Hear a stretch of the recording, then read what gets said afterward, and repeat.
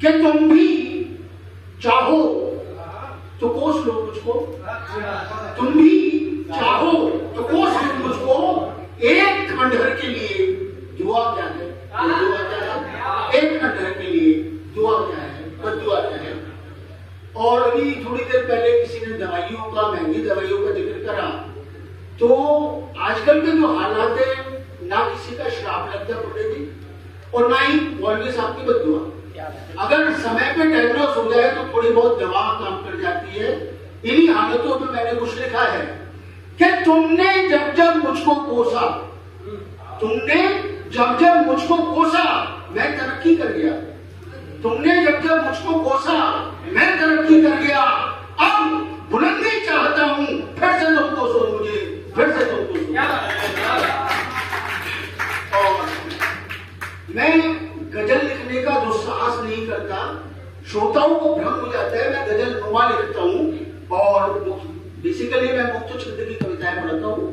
और पूर्ववत संबंध, पूर्ववत का मतलब होता है एज बिफोर, जैसा पहले था, कि पूर्ववत संबंध पर नदारत ऊष्मा, पूर्ववत संबंध पर नदारत ऊष्मा, आग चारों ओर पर नदारत ऊष्मा, पूर्ववत संबंध पर नदारत ऊष्मा, आग चारों ओर पर नदारत ऊष्मा, हर उपग्रह, हशमत भाई, हर उपग्रह ग्रह होने का है भ्रम पाले हुए, हर उपग्रह ग्रह होने का है भ्रम पाले हुए, दीप्ति तो है उधारी पर नदारत ऊष्मा, दीप्ति तो है पूर्ववत संबंध पर नदारत ऊष्मा, आग चारों ओर पर नदारत ऊष्मा।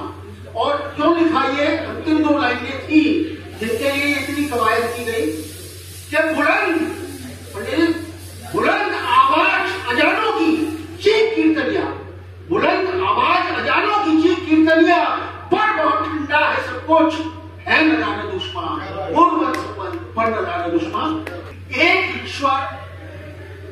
ईश्वर मेरा है, एक ईश्वर मेरा है और एक ईश्वर भाई साहब का, एक ईश्वर मेरा है और एक ईश्वर आपका, आपकी समझ का ईश्वर, आपकी समझ का, मेरी समझ का ईश्वर, मेरी समझ का। यहां तक तो सब ठीक ठाक है, यहां तक तो सब ठीक ठाक है, पर समस्या तब आती है जब तुम्हारी समझ का ईश्वर मेरी समझ के ईश्वर के आगे आके खड़ा हो जाता है। उस समय न तुम रहते हो, ना मैं रहता हूं, ना तुम्हारी निजी समझ तुम्हारी निजी समझ रहती है और ना ही मेरी निजी समझ मेरी निजी समझ रहती है। हम लोग व्यक्ति से परिवर्तित हो जाते भीड़ में, और भीड़ भी ऐसी मन मस्ताती सी कहानी बाती लुटाती सब कुछ चली जाती है, चली जाती है, चली जाती है। और अपनी बुद्धि के हिसाब से मैंने प्रयास करा इसके हल का।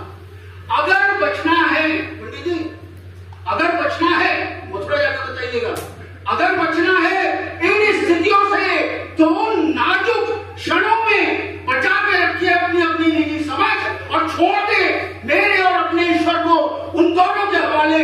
वो खुद तय करेंगे क्या है बनाना, क्या है बिगाड़ना, मेरी समझ का ईश्वर, मेरी समझ।